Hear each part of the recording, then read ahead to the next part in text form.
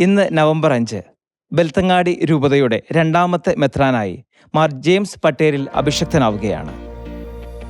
ഇന്ന് ബെൽത്തങ്ങാടി രൂപത 25 വർഷങ്ങൾ പിന്നിട്ട് ആദ്യയിടയനായ മാർ ലോറൻസ് മുക്കുഴി തിരുമേനിയുടെ റിട്ടയർമെൻറ്റോടനുബന്ധിച്ച് പുതിയ തിരുമേനിയുടെ മെത്രാഭിഷേകം നടക്കുകയാണ്. ഇതേറെ സന്തോഷത്തിൻ്റെ അഭിമാനത്തിൻ്റെ കാരണമാകുന്നത് രണ്ടാമത്തെ മെത്രാനും ബെൽത്തങ്ങാടിക്കാരൻ തന്നെയാണ് എന്നുള്ളതാണ്.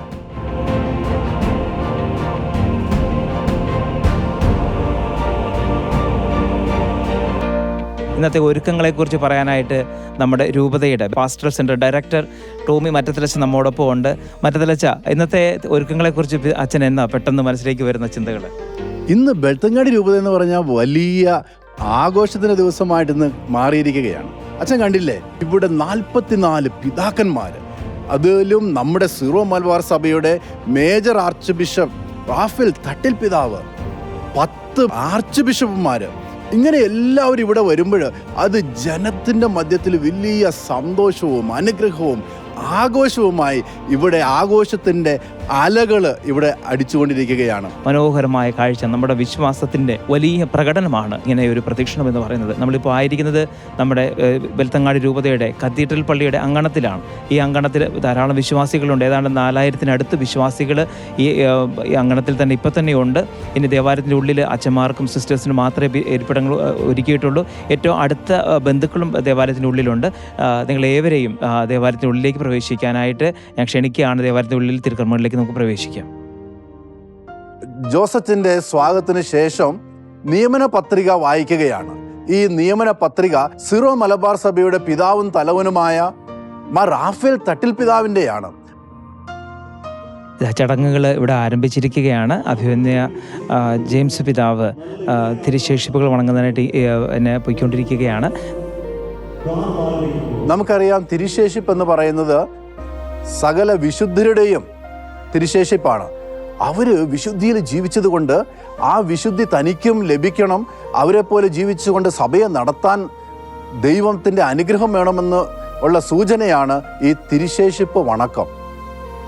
ബെൽത്തങ്ങാടി രൂപതയുടെ മെത്രാനാകാൻ നിയുക്തനായ ഞാൻ ജെയിംസ് പട്ടേലിൽ CMF വിശ്വാസ പ്രമാണത്തിലുള്ള എല്ലാ സത്യങ്ങളും ദൃഢമായി വിശ്വസിക്കുകയും പരസ്യമായി പ്രഖ്യാപിക്കുകയും ചെയ്യുന്നു. പിതാക്കന്മാർ വിശ്വാസം ജീവിക്കാൻ, വിശ്വാസം പഠിപ്പിക്കാൻ, വിശ്വാസം കൈമാറാൻ പ്രത്യേകമായിട്ടുള്ള ചുമതല ഏറ്റെടുക്കുകയാണ്. ആ വിശ്വാസം സഭയുടെ മുമ്പിൽ പ്രഖ്യാപിച്ചുകൊണ്ട് ചുമതല ഏറ്റെടുക്കുകയാണ് നമ്മളിവിടെ കാണുന്നത്. പിതാവും തലവനുമായ major archbishop Mar Raphael മെത്രാപ്പൊലിത്തായോട് സഭാ നിയമം അനുശാസിക്കുന്ന എല്ലാ കാര്യങ്ങളിലും പൂർണ്ണമായ വിധേയത്വം ഞാൻ ഏറ്റുപറയുന്നു.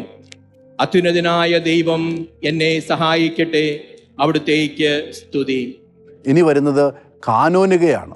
4 കാനോന പ്രാർത്ഥനകൾ ചൊല്ലിക്കൊണ്ട് അഭിഷിക്തനാകാൻ പോകുന്ന പിതാവിനെ ദൈവമേ അഭിഷേകം നൽകി അനുഗ്രഹിക്കണമെന്ന് പ്രാർത്ഥിക്കുന്നു. ഈ കാനോനയുടെ സമയത്ത് ജെയിംസ് പിതാവ് 12 പ്രാവശ്യം കുമ്പിട്ട് ദൈവ തിരുസന്നിധിയിൽ സഹായത്തിന് വേണ്ടി യാചിക്കുകയാണ്. ആ വലിയ വിശുദ്ധ നിമിഷങ്ങളെ നമ്മൾ ഇവിടെ ഓർക്കുകയും പിതാവിന് വേണ്ടി നമുക്കെല്ലാവർക്കും പ്രാർത്ഥിക്കുകയും ചെയ്യാം. തീർച്ചയായിട്ടും ജെയിംസ് പിതാവ് ഏറ്റെടുക്കാൻ പോകുന്ന ദൗത്യം അത് ഏറെ പ്രയാസപ്പെട്ടതാണ്. മെത്രാന്മാരുടെ അരക്കെട്ട് സൂചിപ്പിക്കുന്നത് പോലെ രക്തസാക്ഷിത്വമാണ് ആ ചുവന്ന കളറ് സൂചിപ്പിക്കുന്നത്. അതിനോട് ചേരുന്ന രീതിയിലൊരു വിശ്വാസം നയിക്കേണ്ടത് ഓരോ മെത്രാന്മാരുടെയും വിളിയാണ്. രക്തസാക്ഷികളാകുക, ആ ഒരു വലിയ ലക്ഷ്യത്തിലേക്കാണ് മെത്രാന്മാർ ഓരോരുത്തരും അഭിഷിക്തരാകുന്നത്. അതിന് വലിയ വിശ്വാസത്തിൻ്റെ തീക്ഷ്ണത വേണം, വലിയ വിശ്വാസത്തിൻ്റെ ആഴം വേണം. ഈ വിശ്വാസികളെ മുഴുവൻ നയിക്കണം, അവരെ പഠിപ്പിക്കണം, അവരെ വിശുദ്ധീകരിക്കണം. വലിയ ദൗത്യമാണ് അഭിമന്യ ജെയിംസ് പിതാവ് ഏറ്റെടുക്കാനായിട്ട് ഒരുങ്ങിക്കൊണ്ടിരിക്കുന്നത്.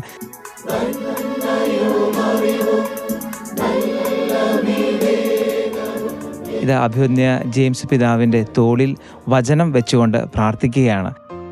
നമുക്കെല്ലാവർക്കും എഴുന്നേറ്റ് നിൽക്കാം. വിശുദ്ധ മത്തായിയും യോഹന്നാനും അറിയിച്ച നമ്മുടെ കർത്താവ് ഈശോ മിശിഹായുടെയും പരിശുദ്ധ സുവിശേഷവും നമ്മുടെ കർത്താവായ മിശിഹായ്ക്ക് സ്തുതി. ഇതെന്തിനാണ് ഈ ബൈബിൾ ഇങ്ങനെ തോളിൽ വെച്ച് പ്രാർത്ഥിക്കുന്നത്? നമുക്കിതിൻ്റെ അർത്ഥം ഒന്ന് ടോമിച്ചനോട് ചോദിച്ചിട്ട് നമുക്ക് തിരിച്ചു വരാം. ഇത് വളരെ മനോഹരമായിട്ടുള്ള തിരുക്കർമ്മമാണ്. വചനം അഭിഷിക്തനിൽ നിറയണം, വചനത്താൽ ജീവിക്കണം. വചനം എന്ന് പറയുന്നത് ക്രിസ്തു തന്നെയാണ്. ക്രിസ്തുവിൽ നിറഞ്ഞ് ജീവിച്ച് സഭയുടെ ഉത്തരവാദിത്തങ്ങൾ ഏറ്റെടുക്കുന്നതിൻ്റെ സൂചനയാണ് ഇത് നമുക്ക് നൽകുന്നത്. ഈശോയുടെ കൂടെ ഈ ജനത്തിന് വേണ്ടിയിട്ട് കുരിശു വഹിച്ചുകൊണ്ട് മുന്നേ നടക്കാനുള്ള ഉത്തരവാദിത്തം അഭിമന്യ ജെയിംസ് പിതാവിലൂടെ ഈശോ നിർവഹിക്കുകയാണ്. നമുക്ക് ഈ തിരുക്കർമ്മങ്ങൾ നമുക്ക് ഏറ്റവും ഭക്തിയോടെ നമുക്ക് പങ്കെടുത്തുകൊണ്ടിരിക്കാം. അങ്ങേക്ക് ഭരമേൽപ്പിക്കപ്പെട്ടിരിക്കുന്ന ജഗണത്തെ നിഷ്കളങ്കതയോടെ സകല ദൈവഭയത്തിലും വിശുദ്ധിയിലും നയിക്കുന്നതിനായി നമ്മുടെ കർത്താവ് ഈശോ മിശിഹായ മൈറ്റർ അല്ലെങ്കിൽ തൊപ്പി എന്ന് പറയുന്നത് അധികാര ചിഹ്നമാണ്. കർത്താവിൻ്റെ പൗരോഹിത്യം സ്വീകരിക്കുമ്പോൾ ഒരു അധികാരവും കൂടി ഏറ്റെടുത്തുകൊണ്ട് സഭയെ നയിക്കാൻ വേണ്ടി മെത്രാനെ സഭ ഒരുക്കുകയാണ്. നമ്മുടെ കർത്താവായ ദൈവം സിയോനിൽ നയിച്ച ശക്തിയുടെ ദണ്ഡായ ഈശോ മിശിഹ അങ്ങേ. അതുപോലെ തന്നെ അംശവടി എന്ന് പറയുന്നത് നയിക്കാൻ വേണ്ടി, സഭയെ നയിക്കുവാൻ വേണ്ടിയുള്ള ഒരു ദണ്ഡാണ്. ആടുകളെ നയിക്കുന്ന ഇടയൻ്റെ ഒരു രൂപമാണ് ഇവിടെ നമുക്ക് കാണിച്ചു തരുന്നത്. ബെൽത്തങ്ങാടി രൂപതയുടെ മെത്രാനെടുത്ത മഹനീയ ശുശ്രൂഷയ്ക്കായി ഇപ്പോൾ മൂറോൻ തൈലം കൊണ്ട് പിതാവിനെ അഭിഷേകം ചെയ്യുകയാണ്. അഭിഷിക്തനാണ് മെത്രാന്. പൂർണ്ണനാക്കപ്പെടുകയും ചെയ്യപ്പെട്ടിരിക്കുന്നു. പിതാവിന്റെയും അതുപോലെ തന്നെ മോതിരം ധരിപ്പിച്ചുകൊണ്ട് സഭയുമായിട്ടുള്ള വിവാഹത്തെക്കുറിച്ച്, കർത്താവുമായിട്ടുള്ള സഭയുമായിട്ടുള്ള ബന്ധത്തെ ഇവിടെ സൂചിപ്പിക്കുകയാണ്. ഇത് ദൈവിക അധികാരത്തിന് സൂചനയാണ് തൊപ്പിയും വടിയും മോതിരവും ഒക്കെ. വിയാനി പുണ്യാളം പറയുന്നത് പോലെ സ്വർഗത്തിലേക്കുള്ള വഴി കാണിച്ചു കൊടുക്കേണ്ടത് ഈ ബെൽത്തങ്ങാട് രൂപതയിലെ, സൗത്ത് കാനഡയിലെ, കൊടകിലെ, ഉടുപ്പിയിലെ ഈ ജനങ്ങളെ മുഴുവൻ ഈശോയുടെ അടുത്തേക്ക് കൊണ്ടുപോകേണ്ട ഉത്തരവാദിത്തമാണ് ഈ വടിയും തൊപ്പിയും മോതിരവും ഒക്കെ കൊടുക്കുന്നതിലൂടെ അഭിമന്യ ജെയിംസ് പിതാവിനെ വരമേൽപ്പിക്കുന്നത്. ഇപ്പോഴും എപ്പോഴും എന്നേക്കും. എല്ലാ രൂപതയിലും കത്തീഡ്രൽ പള്ളികളുണ്ട്. നമ്മൾ ഭദ്രാസന ദേവാലയം എന്ന് പറയും. ഇവിടെ കത്തീഡ്ര ഔദ്യോഗികമായി അഭിമന്യ പിതാക്കന്മാർ ജനങ്ങളെ പഠിപ്പിക്കാനും അവരോട് കാര്യങ്ങൾ സംസാരിക്കാനും ഉപയോഗിക്കുന്ന കസേരയാണ് കത്തീഡ്ര എന്ന് പറയുന്നത്. ആ കത്തീഡ്രയിലാണ് നമ്മളുടെ ജെയിംസ് പിതാവിനെ ഇപ്പോൾ ഇരുത്തുന്നത്. അത് ഔദ്യോഗികമായ അധികാരങ്ങൾ, അതായത് ഇതൊന്നും ഭൗതികമായ അധികാരമായിട്ട് തെറ്റിദ്ധരിക്കരുത്. ഇത് ആത്മീയ അധികാരങ്ങളാണ്. ആത്മീയ അധികാരത്തോടെ ജനങ്ങളെ പഠിപ്പിക്കാനും നയിക്കാനും വിശുദ്ധീകരിക്കാനും അഭിമന്യ പിതാവിനെ, ജെയിംസ് പിതാവിനെ ഉത്തരവാദിത്തപ്പെടുത്തിക്കൊണ്ടാണ് മെത്രാന്മാർ ജെയിംസ് പിതാവിനെ ഈ കത്തീഡ്രയിലേക്ക് ഇരുത്തുന്നത്. ഈ കത്തീഡ്ര ഇരിക്കുന്ന സ്ഥലമാണ് കത്തീഡ്രൽ പള്ളി. അപ്പോൾ ഈ കത്തീഡ്രൽ പള്ളിയിൽ ഇനി മുതൽ ജെയിംസ് പിതാവാണ് ഈ ജനത്തെ പഠിപ്പിക്കേണ്ടതും നയിക്കേണ്ടതും വിശുദ്ധീകരിക്കേണ്ടതും. ദൈവം എന്നോട് കൽപ്പിച്ച കാര്യങ്ങൾ ചെയ്തു. അപ്പോൾ വളരെ സന്തോഷത്തോടുകൂടി ഞാനിപ്പോൾ പിരിയുകയാണ്. പുതിയ മെത്രാനച്ചന് എല്ലാ അനുഗ്രഹങ്ങളും ദൈവമേ കൊടുക്കണമേ എന്ന് ഞാൻ പ്രാർത്ഥിക്കുന്നു. അച്ഛന്മാരും സിസ്റ്റേഴ്സും അൽമായരും എല്ലാം സഹകരിച്ച് പ്രവർത്തിച്ച് ഈ നാട്ടിലെ ഈശോയുടെ നാമം ഉയർത്തി കാണിക്കുവാനും ഈശോയെ മഹത്വപ്പെടുത്തുവാനും കാരണമാകട്ടെ എന്ന് ഞാൻ പ്രാർത്ഥിക്കുന്നു. കർത്താവിൻ്റെ വചനം ഇനിയും ലോകം മുഴുവൻ നിറയാൻ വേണ്ടി ഇടയാകട്ടെ എന്ന് പ്രാർത്ഥിക്കുന്നു. ജെയിംസ് പിതാവ് ഇന്ന് സ്ഥാനാരോഹിതനായി അഭിഷക്തനായി ഈ കത്തീഡ്രയിലിരിക്കുമ്പോൾ നമ്മുടെയൊക്കെ ഹൃദയങ്ങളിലൂടെ കടന്നു പോകുന്നത് വലിയ സന്തോഷത്തിൻ്റെയൊക്കെ നിമിഷങ്ങളാണെങ്കിൽ അഭിമന്യ പിതാവിൻ്റെ മനസ്സിൽ തീർച്ചയായും ഒരുപാട് ആകുലതയും ഒരുപാട് ചിന്തകളുമൊക്കെയുണ്ട്. കാരണം ഒരു ജനത്തിൻ്റെ മുഴുവൻ ഉത്തരവാദിത്വം ഇന്ന് ജെയിംസ് പിതാവ് വഹിക്കുന്നുണ്ട്.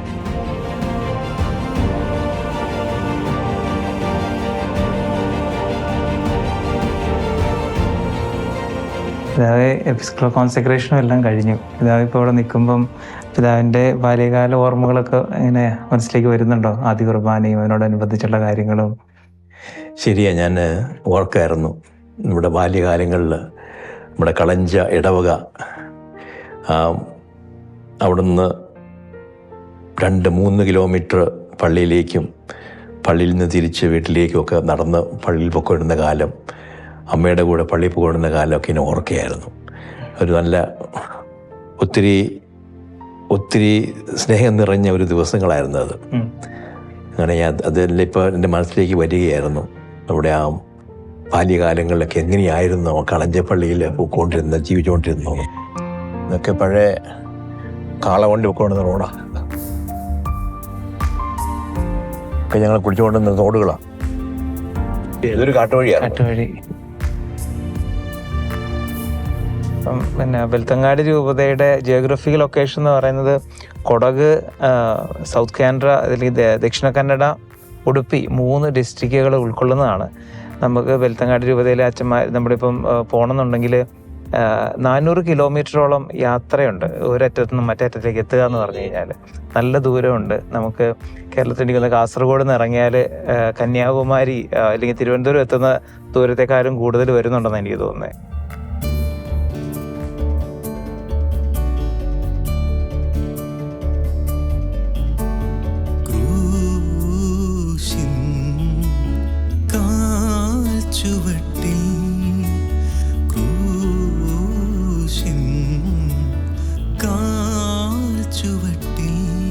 എന്താ പരിപാടി? എന്താ പരിപാടി നിങ്ങൾക്കിവിടെ? പ്രാക്ടീസ് ചെയ്യണോ? പ്രാക്ടീസിങ്ങാ? ഡാൻസ് പഠിക്കുക? എല്ലാം പഠിച്ചോ? ഇപ്പോൾ റെഡിയായി? അവളുടെ പേരെന്നാ? ജിയാനി. കൈ തന്നെ Jiyani. Okay, all the best. Thank you. Yes, ಬಲೆ ಇದು ಬುಕ್ಕ ನೀವು ಕೆಲಸ ಮಾಡೋದಲ್ವಾ? ಏನು ನಿಮ್ಮ ಹೆಸರು? ಶ್ರೀನಿವಾಸ. ಇಲ್ಲಿ ಹತ್ತಿರ ಅಲ್ಲ ಮನೆ? ಕುದ್ದದಲ್ಲ? ದೇವಣ್ಣಗೌಡರ ಮಗನ? ಹೌದಾ? ಹಾ. ಮತ್ತೆ ಎಂತ ಇದೆಲ್ಲ ಕಟ್ ಮಾಡೋದಲ್ಲ? ಕಾಡು ಕಡಿಯೋದು. ಭಾಳ ಉಪಕಾರ ಆಯ್ತಾ? All the best. ಕಾಪಿ ಕುಡಿದಿರಾ? ಕುಡ್ದಾಯ್ತು. ಆಯ್ತು, ಬರ್ತೇವೆ.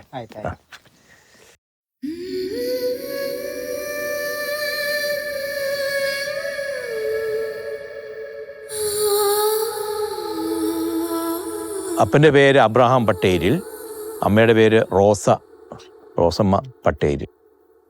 രണ്ടുപേരും അടക്കിയിരിക്കുന്നത് ഇവിടെയാണ്. അപ്പം മരിക്കുന്നത് 1990 ഏപ്രിൽ 26. എൻ്റെ പട്ടം കെട്ടി എക്സാക്ട്ലി 10 വർഷം കഴിഞ്ഞപ്പോൾ, 2000. അത് തന്നെ. പിന്നെ അമ്മ മരിക്കുന്നത് 2004 ഫെബ്രുവരി 17 2004. രണ്ടുപേരെയും അടക്കിയപ്പോൾ ഞാൻ ഇല്ലായിരുന്നു ഇവിടെ. ഞാനന്ന് ജർമ്മനിയിലായിരുന്നു. അവിടെ എനിക്ക് വരാൻ പറ്റിയില്ല. രണ്ടുപേരെ അടക്കിയത് പിതാവാ. അവിടെ വന്ന് രണ്ടുപേരെ അടക്കിയത്. പിതാവ്, ഈ സെമിത്തേരി ഇരിക്കുന്ന സ്ഥലത്തിന് പിതാവിന്റെ കുടുംബമായിട്ടൊക്കെ ബന്ധപ്പെട്ട ഒരു ചരിത്രം ഉണ്ടെന്ന് കേട്ടിട്ടുണ്ട്. അതെന്നാന്ന് പിതാവെന്ന് പറയോ? ശരിയാണ്. ഈ സ്ഥലം എൻ്റെ അമ്മയുടെ ആങ്ങളയുടെ സ്ഥലമായിരുന്നു. ഒരു ചേട്ടന്മാർ 2 പേരാ ചേട്ടന്മാർ. ഇത് ചേട്ടൻ്റെ സ്ഥലം, അത് അപ്പുറത്ത് കിടക്കുന്ന അത് അനിയൻ്റെ സ്ഥലം. രണ്ടുപേരെ അടക്കിയിരിക്കുന്നത് ഇവിടെയാണ്. ഇത് മത്തായി ചാച്ചൻ, ഇത് ചാക്കോ ചാച്ചൻ. അപ്പം ചാക്കോ ചാച്ചൻ്റെ പേരാണ് എനിക്ക് കിട്ടിയിരിക്കുന്നത്, ചാച്ചൻ്റെ പേരാണ് എനിക്ക് തന്നേക്കുന്നത്. അപ്പോൾ ഇവിടെയായിരുന്നു വീട് ആദ്യം.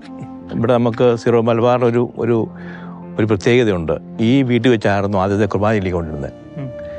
അതായത് അന്ന് ഇവിടെ അച്ഛന്മാരില്ല. അച്ഛന്മാരുള്ളത് ഉദനയിലാണ്.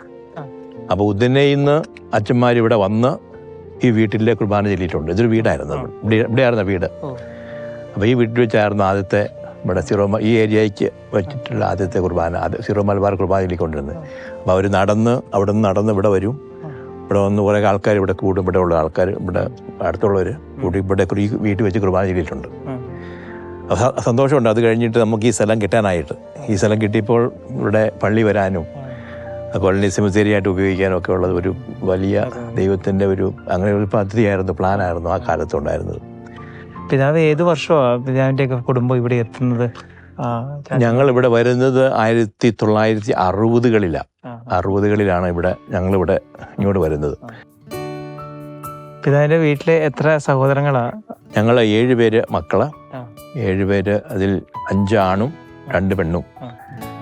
അതിൽ ഞാൻ 6ാമത്തെ ആളാണ്. ഞാൻ കഴിഞ്ഞ ഒരു അനിയനോടുണ്ട്. പുള്ളിയാണ് ഇപ്പം വീട്ടിൽ തറവാട്ടിലുള്ളത്. ദേവസ്യാച്ചൻ എന്ന് പറയും. ദേവസ്യാച്ചൻ. ആഹാ, പുള്ളി കാര്യമായിട്ടാണല്ലോ. അത് ശരി. മുത്തുവത്തിന് മാറിയോ?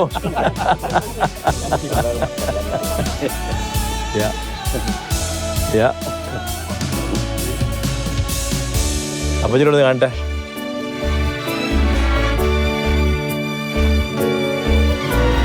പൃഥ്വിയെ തീർത്തൊരിൻ പ്രിയനാമേശുനാഥ, കുരിശിലെ കാരുണ്യമേ അലിവു തോന്നിയിടണേ.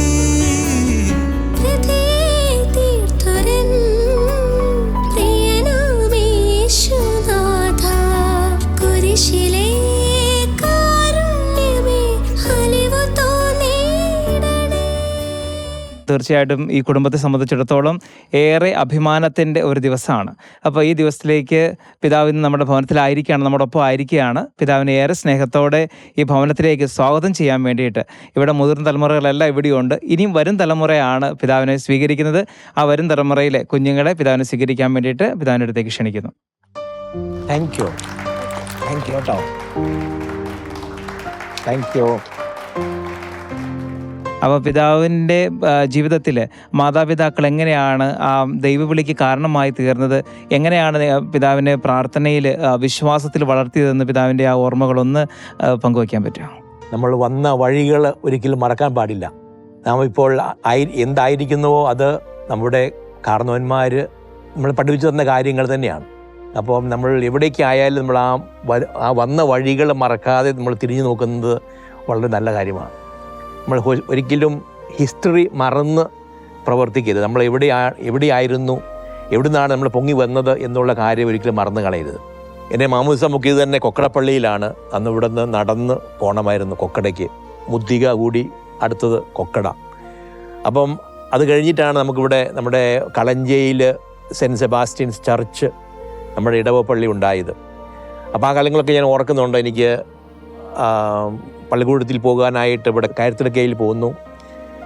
അത് കഴിഞ്ഞിട്ട് മാതാപിതാക്കളുടെ കൂടെ പള്ളിയിൽ പോകുന്നു, പഠനത്തിന് വേണ്ടി. പിന്നെ അർസനമക്കിക്ക് പോകുന്നു. മൂത്ത ചേട്ടന്മാർ ഇവിടെ ഇരിപ്പുണ്ട്, ചേച്ചിമാർ ഇവിടെ ഇരിപ്പുണ്ട്, അളിയനും അവരെല്ലാവരും ഇവിടെ ഇരിപ്പുണ്ട്. എല്ലാവരും നമ്മുടെ ബന്ധപ്പെട്ട ആൾക്കാരാണ് എല്ലാവരും കൂടി ഇവിടെ കൂടിയിരിക്കുന്നത്. അപ്പോൾ ഈ രണ്ട് കുടുംബങ്ങൾ, പട്ടേരി പാനാമ്പുഴ കുടുംബത്തിലെ അംഗങ്ങൾ ഒത്തിരി ഒന്നിച്ച് പ്രവർത്തിച്ചതിൻ്റെ ഒരു ഫലം കൂടിയാണ് നമുക്കിവിടെ ഒരു പള്ളിയൊക്കെ ആകുന്നതും ഇവിടെ അതനുസരിച്ച് നമുക്ക് പിന്നെ മുന്നോട്ട് പോകാനായിട്ട് സാധിച്ചത്. ഞാൻ 10ാം ക്ലാസ് കഴിഞ്ഞിട്ട് ഇങ്ങനെ അമ്മയുടെ കൂടെ പള്ളിയിൽ പോകുമായിരുന്നു. ഇവിടെ കുറച്ച് പേരുണ്ടായിരുന്നു, കുറേ ചേട്ടത്തിമാരുണ്ടായിരുന്നു ഇവിടെ നിന്ന് സ്ഥിരമായിട്ട് പള്ളിയിൽ പോകുന്നവർ, നടന്ന് പള്ളിയിൽ പോകുന്നവർ. അന്ന് പള്ളി കയർത്തിടക്കലായിരുന്നു. നേരം വിളിക്കുകയല്ല, അതിന് മുമ്പ് ഇവിടുന്ന് ഇവർ ചൂട്ടൊക്കെ കത്തിച്ചുകൊണ്ടാണ് പോകുന്നത്. അമ്മയുണ്ടായിരുന്നു ഇവിടെ. പിന്നെ ഇവിടെ അടുത്ത് പതുപ്പള്ളിയിൽ ഒരു ചേട്ടത്തി ഉണ്ടായിരുന്നു. ഒരാൾ ആദ്യം പോകുന്ന ആൾ ഒരു കമ്പ് പറിച്ച് അവിടെ ഇട്ടിട്ടാണ് പോകുന്നത്, ഞാൻ പോയി എന്ന് അറിയിക്കാൻ വേണ്ടിയിട്ട്. അങ്ങനെ ഓരോരുത്തർ എങ്ങനെ പള്ളിയിലേക്ക് ഇവിടുന്ന് 2-3 കിലോമീറ്റർ ഉണ്ടല്ലോ പള്ളിയിൽ പോകാനായിട്ട്. അപ്പം അങ്ങനെ പോയാണ് ദൈവ വിളിയിൽ എനിക്ക് ഉറയ്ക്കുവാനായിട്ട് സാധിച്ചത്.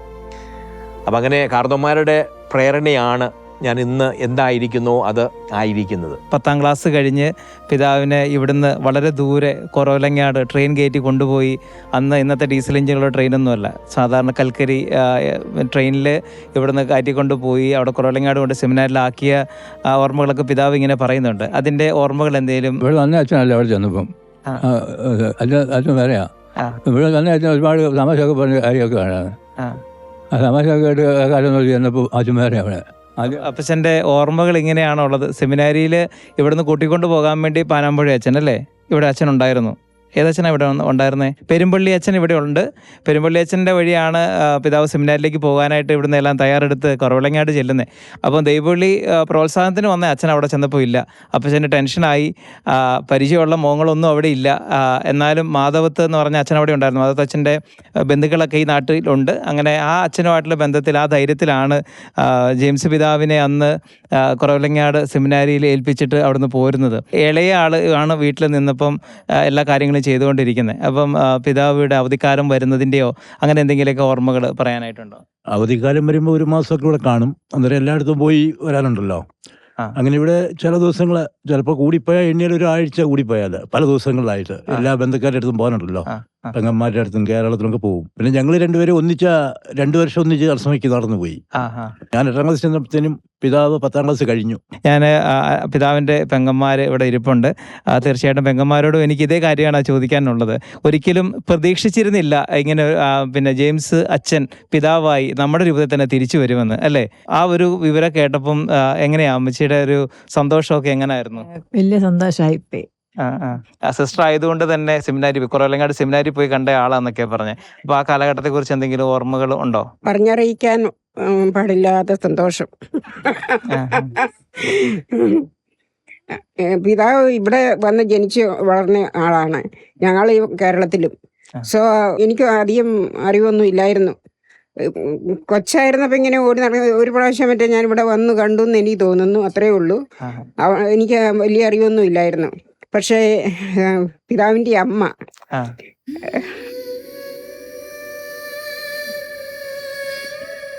എൻ്റെ കുഞ്ഞമ്മ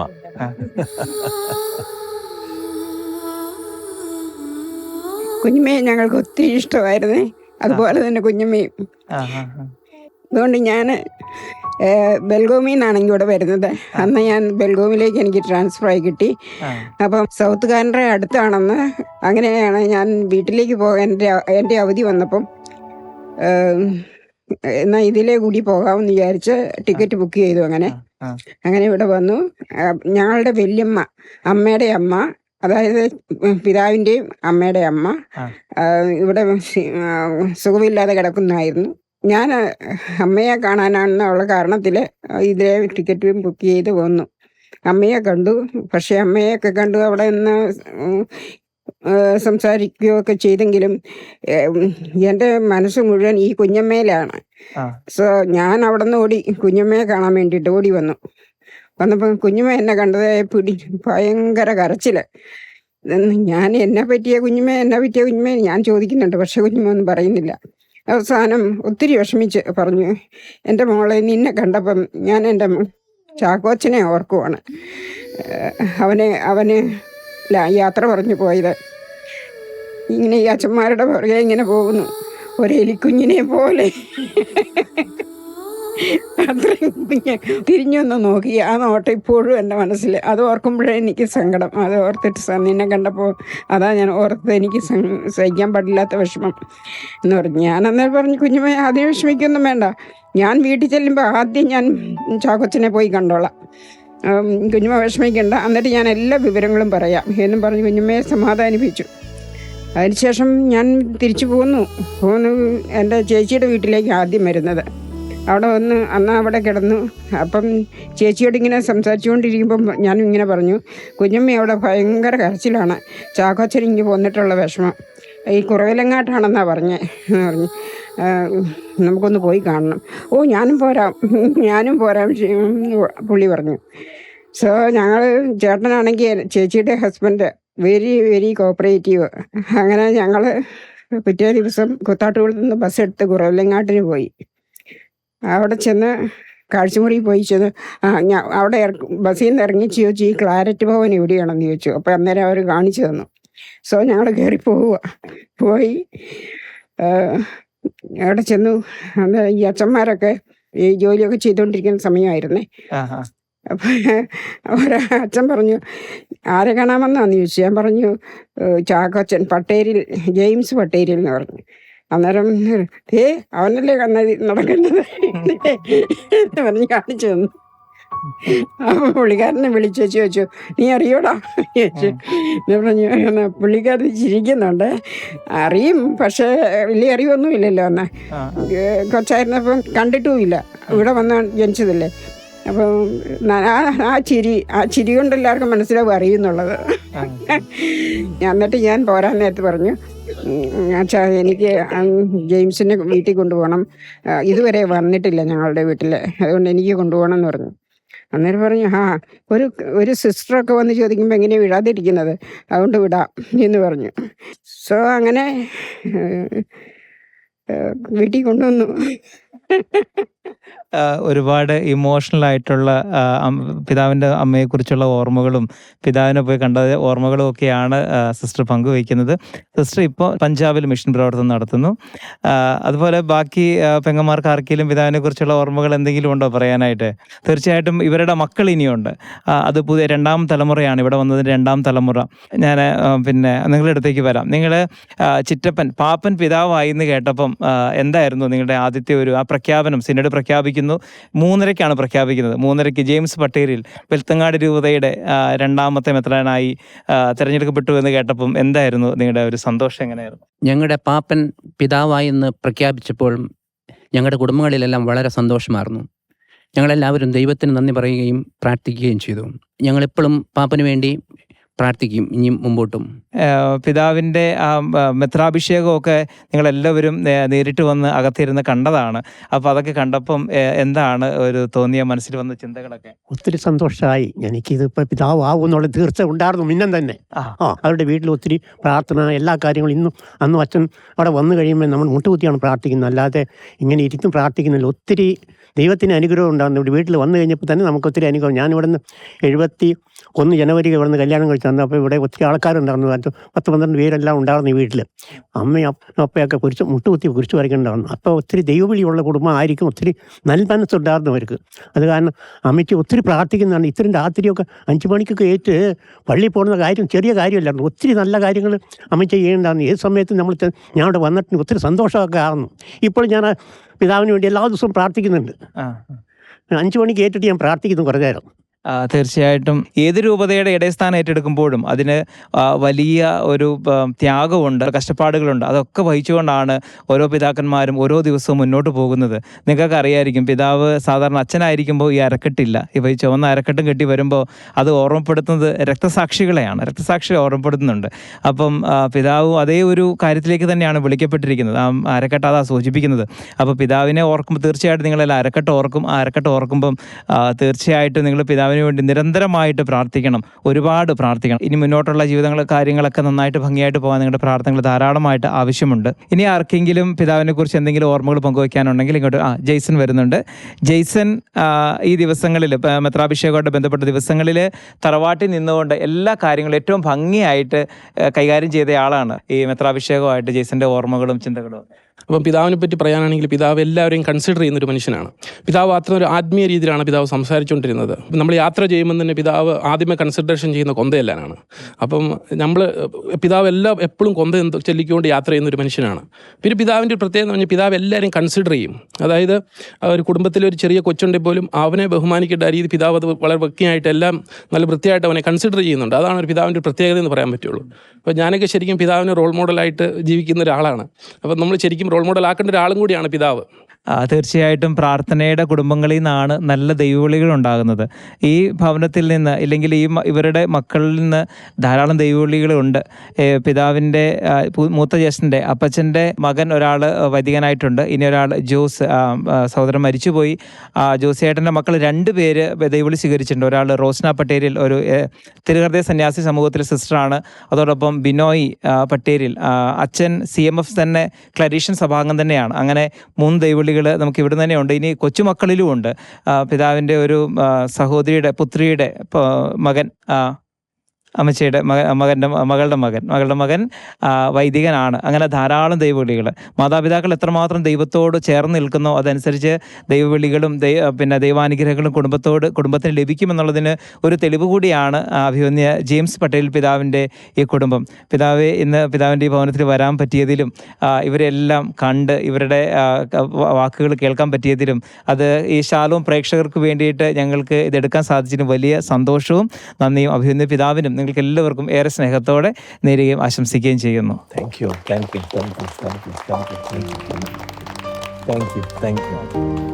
ഓക്കെ, അപ്പോൾ താങ്ക്സ് കേട്ടോ. അപ്പോൾ ഇന്ന് ഒത്തിരി സന്തോഷമുണ്ട്. ഇന്ന് ഇവിടെ സ്വന്തം ജനിച്ചു വളർന്ന നാട്ടിൽ വരുവാനും സ്വന്തം വീട്ടിൽ വരുവാനും ഒക്കെ സാധിച്ചതിൽ എല്ലാവരും കൂടെ ഒന്നിച്ചുകൂടി എല്ലാവരും ഒന്നിച്ചാഘോഷിക്കുകയായിരുന്നു. ഈ സന്ദർഭത്തിൽ എൻ്റെ മനസ്സിലേക്ക് വരുന്ന കാര്യം നമ്മുടെ ലൂക്കായുടെ സുവിശേഷത്തിലെ 1-ാം അധ്യായത്തിലെ വാചകങ്ങളാണ്. പരിശുദ്ധ അമ്മ പറയുന്ന അമ്മയുടെ സ്തോത്രഗീതം. ശക്തനായവൻ എൻ്റെ ജീവിതത്തിൽ വലിയ കാര്യങ്ങൾ ചെയ്തിരിക്കുന്നു. അതെ, ശക്തനായവൻ എൻ്റെ ജീവിതത്തിൽ വലിയ കാര്യങ്ങൾ ചെയ്തിരിക്കുന്നു. എനിക്കും അതുതന്നെയാണ് എൻ്റെ ജീവിതത്തിലേക്ക് തിരിഞ്ഞു നോക്കുമ്പോൾ കാണുവാനായിട്ടുള്ളത്. ദൈവത്തിന് അസാധ്യമായിട്ടൊന്നുമില്ല. നാം എല്ലാം കുടിയേറി പാർത്തവരാണ്. മറ്റ് സംസ്ഥാനങ്ങളിൽ നിന്ന് ഇവിടെ വന്ന് ഒത്തിരി വർഷങ്ങൾക്ക് മുൻപ് വന്ന് അതിൻ്റെ തലമുറയാണ് നാം ഇപ്പോൾ ഇവിടെ ഉള്ളത്. അപ്പോൾ ആ 26 വർഷം മുൻപ് ഒന്നുമില്ലായ്മയിൽ നിന്ന് ഇത്രയൊക്കെ സംഭവിച്ചെങ്കിൽ ദൈവത്തിന് എന്തൊക്കെയോ ഒരു പദ്ധതി നമ്മുടെ ഈ സമൂഹത്തിന് മേൽ ഉണ്ട് എന്നുള്ളതിൻ്റെ ഒരു തെളിവാണ്.